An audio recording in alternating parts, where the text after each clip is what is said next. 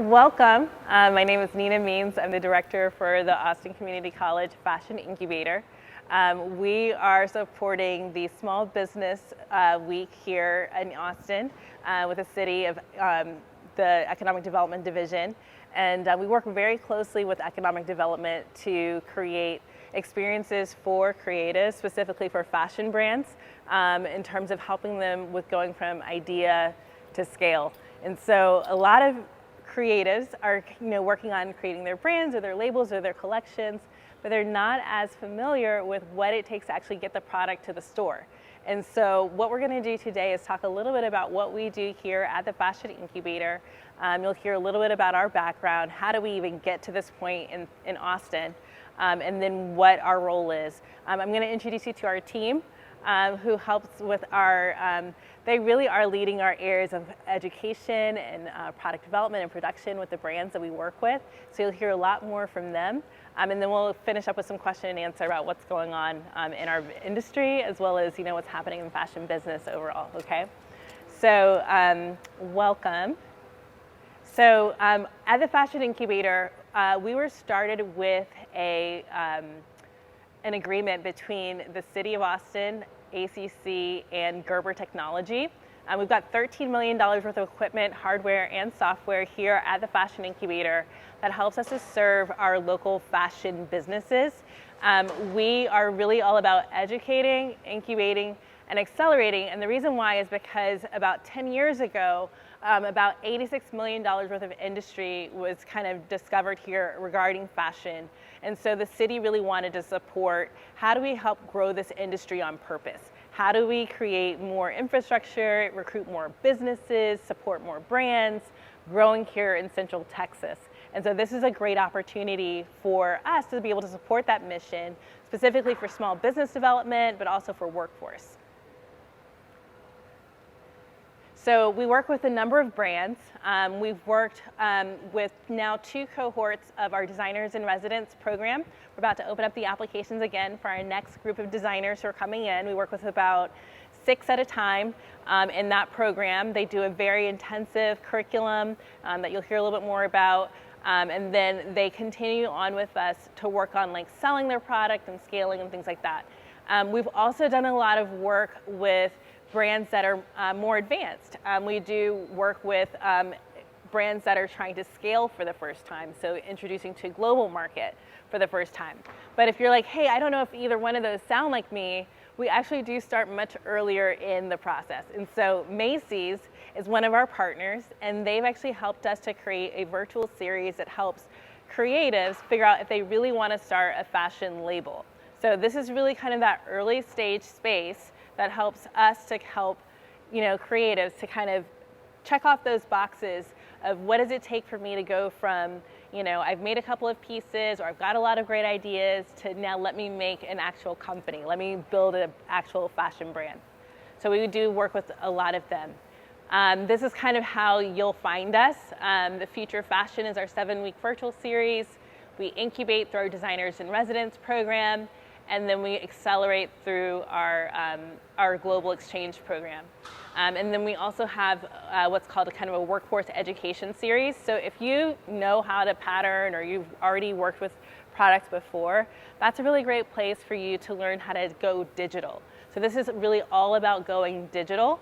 So learning how to use 2D or 3D pattern design, or learning how to follow product through a digital workflow. So it's, to kind of simplify, it's really about learning to bring the product to market using, avatars or using digital patterns or things like this. And a lot of that has to be, you have to learn it. It's a new way of working in our business. But what I want to do is switch gears. We have an incredible team here that helps us create these experiences for our designers and our design community. And so I wanted to introduce you to Michelle Washington, who is our Instructional Coordinator. She does a lot of work on curriculum and really working alongside of our designers. And so they see a lot of Michelle. They work very closely with her. She keeps up with all their assessments. And so she's done a lot of incredible work before joining us here at the Fashion Incubator and continues to work in the industry while also supporting this project. Michelle French is our production coordinator, and she works a lot with our designers to help with product development. So how do you create an idea to an actual product? And so that's Michelle's role in helping to kind of guide designers through step by step. But I'm going to give them each a moment to kind of talk a little bit about what they do, and then we'll jump into some questions that we have prepared for you. So Michelle, do you want to get started? Tell us a little bit about yourself.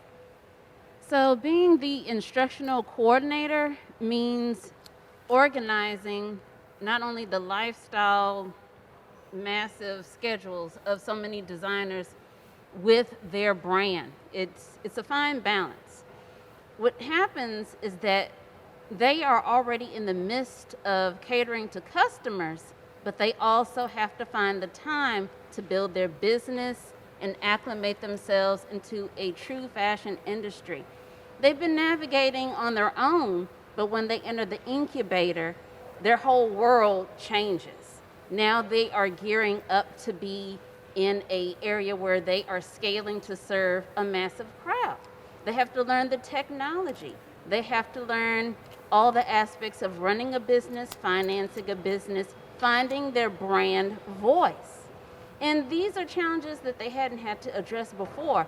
But the proud moment for each designer is that they find a place where they are benchmarking and improving their skills, and they become even more prouder of themselves at each stage. For me, as an instructional coordinator, it's a great moment when a brand can find their voice by giving them the right tools, the right classes, and introducing them to the right professionals. My experience is more than 20 plus years is in the fashion industry, as well as being 15 plus years now retired as an educator, working as an instructor in various universities and colleges. So it's great to bring that knowledge and that experience to the fashion designers so that they can take an advantage of having the benefit of real world experience, real world educators, and really have all this so that they can have the brand that they have dreamt of after 12 months of intense learning. Great. So tell us a little bit about yourself too, Michelle. Hello everyone, welcome. Thank you for coming. I'm Michelle French. I'm the production coordinator, and my primary role here is to, as Nina said, and as Michelle does in instruction, is to guide the designers and our student interns through the development process alongside the student businesses. And so I've worked in the past with creative directors, C-level inventors, and formally trained designers to make product. And so everyone that comes to the table with an idea or an innovation comes from a very specific perspective. And so my role is to guide them through what it takes to take that invention or idea and actually make it become a reality. And so I've worked with many different businesses, emerging brands, small businesses, medium-sized, to be able to scale the product, to just create it and then to scale it. So I am also responsible for all of the technology within the incubator and the application of it during the development of the product. That's great. So you see that we've got an incredible team. We really sought to get the best support for our local industry through practitioners, as well as those who understand the theory of what we do. But I want to jump into some challenges because, whenever we're talking about what's happening in fashion here in Austin, a lot of people are curious, like, well, can I start a business here? Is this something that I can do in fashion? Like, what can I do in fashion? So we're going to talk a little bit about that. We're going to start first on the education side and then a little bit more on jobs and things that might be available. So Michelle, in your experience, what are some of the challenges that you're seeing that might be unique to fashion and fashion education? The biggest challenge is skilling up. We all have a great idea of the next design, or we want to see our design out there, but do we have the skill to bring that into fruition? And these become little aspects of basic skills.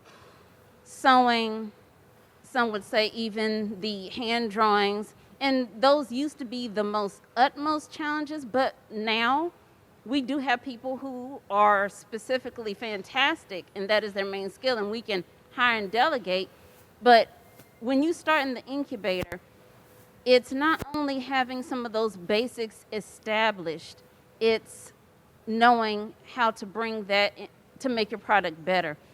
In Austin, we need an area to be able to scale up so that people can have jobs. You hear factories, you hear new businesses, and these are people that are coming into Austin now saying, I have this great factory, I have this great brand. What I don't have is someone that knows this technology. What I don't have is someone who can not just hand draw, but who can render in the computer software.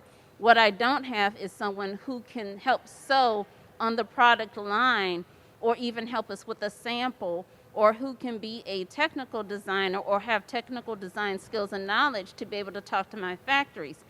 That is the huge gap in the skill up sector.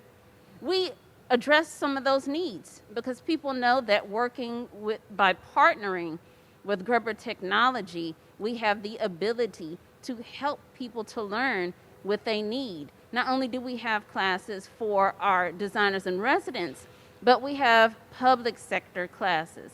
So when you're feeling that you want to skill up in this industry, that's what a resource such as the Fashion Incubator is for. That's great. So as we're I think you touch on some things that I think are going to be really critical for people who are wanting to create business. One is like, where do I find people who are going to work? And so whenever we're looking at what some of the challenges are, when we're looking at workforce, what are some things that the two of you are seeing when it's, you kind of touched on some of those things just a moment. What are some of those challenges that you're seeing for fashion industry workforce here in Austin? A lot of times when people are looking for people to work with on their brands, it's how long and how much experience have they had. They can say, well, I've done a lot of sewing for this person and that person, but they don't have the longevity. They don't have enough where they can show a consistent, where they have taken the time to say, I know this much and now I'm going to learn that much more, such as ISOs. People say, well, what is that? Those are steps in manufacturing and codes that are applied to a garment as it's being manufactured on a mass scale. Trying to find the right people is difficult. Right now, we are seeing an upswing of people that are moving into Austin that have acquired those skills, but then how do they find the designer? How do they find the right company? We've been fortunate that when people know that we exist, we've had emails from people who are saying, I just moved here, I have this kind of skill. And we're able to help and be a connector within our community for people with skills. So that's one small advantage, but there's a bigger resource untapped to figure out how to solve the problem of the workforce gap in the fashion industry in Austin. Yeah, those are great points, Michelle. I echo what Michelle is saying, and I'll also add on that what I have observed and what I've what we've spoken with different businesses is this sort of recognition of the different functional roles required to make product. So we have such a highly skilled and talented Austin community. A lot of them are makers, and a lot of them have the resources to do a set amount of product. And when you start to build a team, and when you start to identify what you need and the roles that you need to make it happen, and kind of take it from yourself, and this is from the perspective of an emerging business owner, an emerging brand, it is one of the key things is building a team and being able to cross-collaborate with people that have different perspectives, or the influx of people that are coming in from the industry domestically and globally that have the skills to scale. And so as we have these varying levels of businesses, team building, collaboration, in addition to all of the skills that Michelle's mentioning in tech design, things that are grossly valued or underappreciated, and the impact that they have when businesses need to scale. That's pretty critical. For some of our more established brands, they have tech design teams, and they are now looking for a tech designer. And so they look at our industry locally and are like, where are all the tech designers to be able to fill these roles? The pattern makers that do production pattern making versus one-offs. And it's really about market versus an individual. So when you go through the design program, versus the introspective, will this fit me? Will this work with me? Me as the fit model. You're designing for a market, and it's a fully different exercise. And so going through the design programs or the traditional design education programs, they were initially established as one-off sort of pieces, and you kind of get taught, like, how do I make one and then apply that concept to a large market. But that's where our program is supporting the gap between the traditional fashion education and the real to industry application of how to make massive amounts of product without damaging the environment, making sure social welfare is considered, and sort of bringing that sort of nearshoring and local regional development of the industry. Absolutely. Absolutely. I think that both of you hit on really key components of this is what's happening in education currently for fashion design, and then what is the leap from going from that kind of theoretical sample making space to now doing production.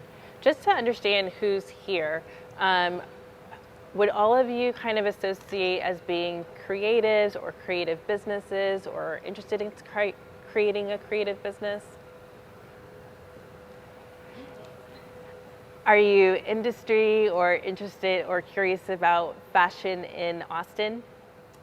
Yeah, so my background is in strategy, so I'm really good at helping companies scale, and I like fashion, and so I was trying to say, like, how can I mix proven expertise with something that's really fun? That's great.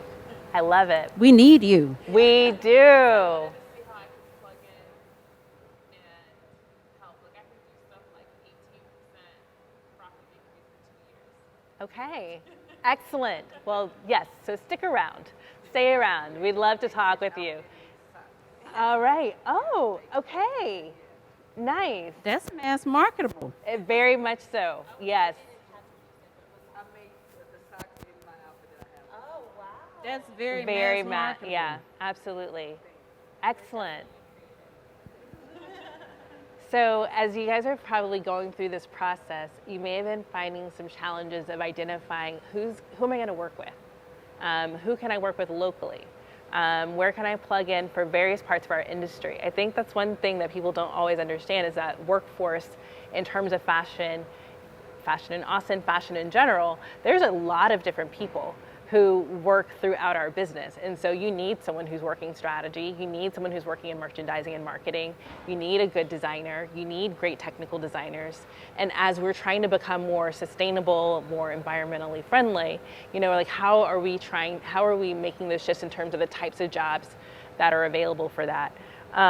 One of the things that we were wanting to really lean into some of the issues that we're seeing regarding workforce.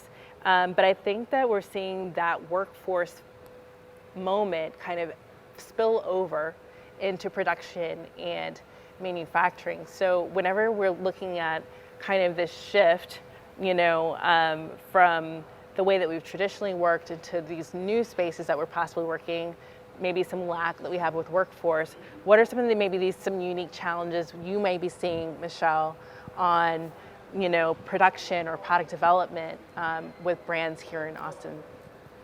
Yeah, so definitely the skilled labor and the training required, because there isn't a standardized way to approach some of these activities because they're not grounded in formal education. You see a lot of different versions of what these activities look like. And so, even in like then finding the right talent becomes a challenge, because a tech pack to person A is not the same thing as tech pack to person B or C.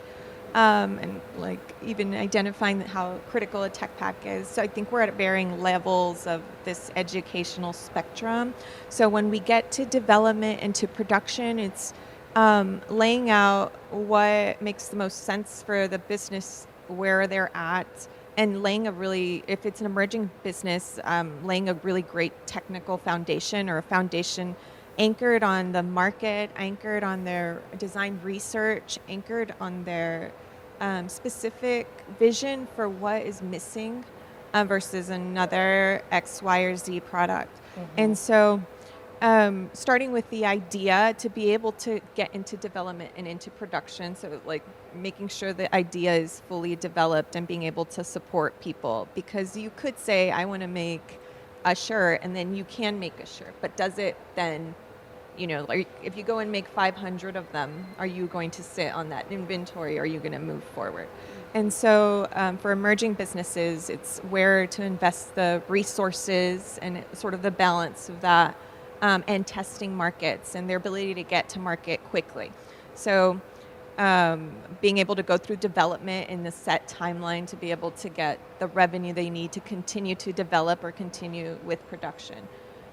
Then for production specifically, there are many local businesses that have small batch manufacturing, and we see some businesses that are exploring larger manufacturing for soft goods and for sort of accessories. But all of the small batch manufacturing, to be able to stay vertically integrated and to control your supply and your demand more, becomes a lot more complex when you don't have a generational pool of talent like you would in New York or LA, right? So then you're kind of in this ebb and flow of like, who's available so how do I grow my team, and maintaining that team. And so maintaining the team mindset and collaborative nature, and understand that you will have to do additional training or even fundamental training so that the person can come into your business well prepared, because they might have a background that again is not standardized. And so that's one of the biggest challenges is take the businesses that are taking on talent will have to invest in training right off the bat, and to be able to get the skills that they need. And so our program helps support that big gap in the community by providing training with the technology and the resources. And so is that? Yeah, no, I thought that was fantastic. Honestly, like I think that if you've been looking for support to create your brands here locally, you may have had some trouble finding, well, who do I work with? How do I work with them? You mentioned small batch manufacturing. Can you kind of tell us like what's small batch, and then what's like a big production number, just so we're all on the same page? Sure. So small batch is a very, obviously a low quantity of product, but it's also anchored onto a very close observation of demand without a lot of inventory forecasting. And so being able to be responsive to what your customer wants and have a resilient supply chain when it comes to just being vertically integrated, but also your materials. So being able to provide the goods when your customer needs it and not have a superfluous of goods or shortages. So if you see shortages across the board, being able to be responsive to what your customer is needing. So small batch is a more sustainable way to work and to test markets. No, sorry. You're great. I was responding and listening at the same time. Yeah. And so, that's small batch. What we'll do is we'll have some questions to kind of engage a little bit more toward the end. But we'll be wrapping up here in just a couple of minutes. We wanted to hit a couple of points regarding kind of the digital shift of what's happening in our industry. But let's make sure to come back to that point to be able to answer that question. So, as we're looking at what's changing, as you've kind of outlined here, and kind of thank you for also kind of unpacking what it means to have small batch, versus kind of a larger amount, and being able to pivot or to meet your customers' demand more effectively. That's really helpful to kind of understand that a bit more. There was one other thing that you mentioned regarding tech packs. Can you tell us a little bit more about what those are, and how does a designer use something like that to, what is it used for, and how, what's the issue that you're seeing with it? Sure. A tech pack is a communication tool to be able to take a conceptual idea and create a pattern from it, and also guide a factory in how to execute the pattern with construction information.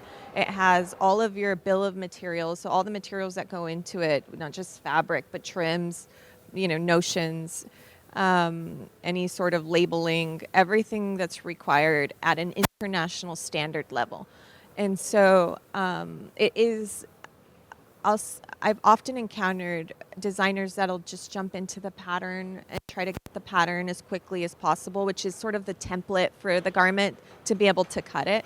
But the tech pack lays out all of the critical points of measure that you're going to need to hit in the garment. It's a technical package, so it can be developed in software, it can be developed in Excel, it can be developed many different ways. We have a product lifecycle management software here, Unique PLM, that Gerber provides, and that you can develop tech packs there. But it's pretty much a roadmap to your product. And so it's the way that you are communicating through illustrations, so a lot of visual assets for people that might be developing around the world, or locally, that need visual support to be able to understand your silhouette of your garment, how it's intended to look at the end, when it's laying flat. So you'll have your points of measure, and the critical points of measure are what's anchored to your customer and to your target market. So if you're, for example, a big and tall business, right, your points of measure are not going to match your average person. You're going to want to make sure that the length of the garment is very specific to the, prototype that you're expecting to achieve. You wouldn't use an average. And so that's based on your market research. It's based on talking and hearing a voice of a customer and hearing and understanding what the need is to be able to develop something that meets a need in the market. And that's outlining it for your factory. So you have your design and your concept sketches. And so that's the fashion designer role. The technical designer, which a lot of the fashion designers are also expected to fill, is being able to understand the creative component and apply it in a way that meets the requirements of the customer and your brand and your business in also a fiduciary way. So putting your points of measure, getting all of your materials together, getting all of your specifications, construction information, and illustrations. And illustrations that have like what Michelle referenced, the ISO codes outlined. That tells factory A, B, and C, and D that's this specific seam or stitch. So like I said before, there's such a wide array to communicate these various things because of the lack of standardization across the board. So this is what you do to come into standardization. And so that's why it's so important, is to be able to also track development. So when you get your first prototype, then you fit it on a model, and then you track what the changes are there. And you keep tracking it until you have your finished prototype. So then whenever you come back to the style, you understand what the sequence of events was for that particular style and why you made the decisions that you made. And so it's a constant evolution. Once you launch the product, then you want to hear back with your customer, like, how did it fit? What were the major concerns for construction? What were the major issues? And you continuously improve. So the tech pack lays out a really strong foundation for your product development. And it's a really important tool, and an important tool as a foundation, but also to scale. You can talk about tech packs all day, every day. So. Just to add to it, when I was completely new to the fashion business, just wide-eyed, bushy-tailed, I know how to sketch and I have this idea. Number one thing is I was grateful to have educators to scrape the sparkle and rose color off of my glasses because I thought I would just draw pretty pictures and pick pretty fabric and that was it. No one asked me, that's pretty, how does it get on the floor? How does it hang on a hanger? I don't know. I just thought I would draw and somehow a model would walk down the runway and I'd be famous. Not at all. It's a trifecta. Designer, technical designer, factory. It will never get done unless those three components are working. What French has described as the technical package is like your recipe book, and it is also your contract. It's holding everybody accountable for what they said they would do. First page, pretty picture. Second page, the measurements. I don't want a sock that's fitting for like this when I ask for a small foot. You have to hold everyone accountable. The fabric we said we were going to use, the trim we said we're going to use. Now I want a sample. You send off that package, it might be 5 pages, it might be 20 pages, depending on the product. You ask for that first sample, it comes back. Is it good or is it bad? And you maybe have 2 more tries, depending on your financing. Yes. And then it's off to the races. But people always thought designer, factory. No, the technical designer is the one in the middle, staying up late nights, no sleep, and they're making that recipe book for you to make sure it is right. So, the realities of our fashion business, ladies and gentlemen. Absolutely, this is 100% facts. As a design student, I think we've all had those misty eyes of, sequins everywhere and runways and red carpets, and those things do exist. We're not going to say Santa is not real. However, we also know that there are a lot of details, and more details than sometimes we imagined, that it took for us to get the products to actually show up on e-commerce or in the store, and how many people were involved in that, and how do we take care of those people, and to keep communication lines open with those people. It's a lot of work. It's a lot of work to do what we do, but we are peeling back the layers in this program to be able to help explain what those steps actually look like so that you're successful. And so Michelle French works a lot with it's like a ride along. As you're going through your material sourcing, Michelle is asking critical questions about, hey, is that the right material for you? I think you should try this other place to get better prices. Hey, you know what? I think you're behind calendar. You may not get your capsule done in time if you don't do these things. You need to call so-and-so, and you need to say these things. And Michelle has been very good about making sure our designers understand, how do you start that relationship with your vendors? How do you keep that relationship going? What do they want from you? What do you want from them? And being able to keep them accountable. So I love what both of you shared, because it's so much what we do. I mean, you heard how Michelle was able to relay it so clearly for us. She is an educator at heart, but also tech design at Nike. So yeah, so we know it from living it and working it, but also teaching it as well. So I appreciate what both of you are bringing to this conversation. I would be remiss to not kind of also bring in kind of what we're shifting into regarding technology. What can technology do for us in Central Austin? And really in Central Texas, with Gerber technology, from an educational standpoint, we talked about skilling up earlier, Michelle, and then we also talked a bit about, being able to move through some of our steps in our supply chain, like going from point A to point B a little faster. So what are some of the things that you're seeing that the digital space could really do for Austin? In a nutshell, it's progress. It's technology that was not available to me over 20 years ago that is here now. It was saving a lot of time to communicate and get something right. The Gerber technology that we have, that technical package can now get to my manufacturer via email in seconds. everyone is upgraded.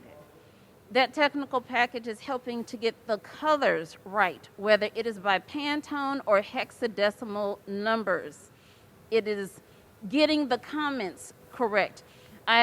When it comes to the patterns, that same technology is squeezing that life-size pattern down to something that can be emailed instead of, back in my day, as we would say, you would have to print and draft that pattern life-size, roll it up, put it in a tube, track it and ship it to wherever in the world that pattern needed to get to, and it would take weeks to get results. With Gerber technology, email, send, they have their own life-size printer, and it's plotted out, and they're cutting, and they're ready for production. So it's about progress, and it's about speed, and it's about quality. And all of this technology was never available to me. Yeah, Michelle, you nailed it. So it's about progress, speed, and being able to implement it in the way that your business needs it. And to Michelle's point, being able to collaborate or communicate with a vendor by just submitting a digital file, and in our product lifecycle management system where we build the tech packs, you have your vendor comment directly on the prototype as you respond quickly. It's not lost in your email in this thread of at least 100 emails to be able to develop product. It's locked into the style so that you reference the style then when you're building it forward. And it's being able to increase speed to market. And so being able to do even the small batch manufacturing to be able to test the market and being able to get responsiveness from your vendors and from your different suppliers even. So if there's going to be a shortage in your material because there's a global pandemic, your supplier, and you can plan your entire production to be able to make changes quickly to what needs to happen. And so it makes your business more nimble and resilient to whatever's coming, and ultimately supports your customer relationships and being able to reliably provide what the demand is. That's awesome. Yeah, I think sometimes when we think about email, oh, you can email your files. You're like, yeah, okay. But if you think about patterns needing to be translated into the right scale, for your customer, that wasn't available, which just sounds really crazy, right? You're like, I email all the time, but am I emailing things that are supposed to be scaled for someone else's body? No, not really. So I need a digital file, I need a digital system that can help me interpret all of that paper into something that's reliable.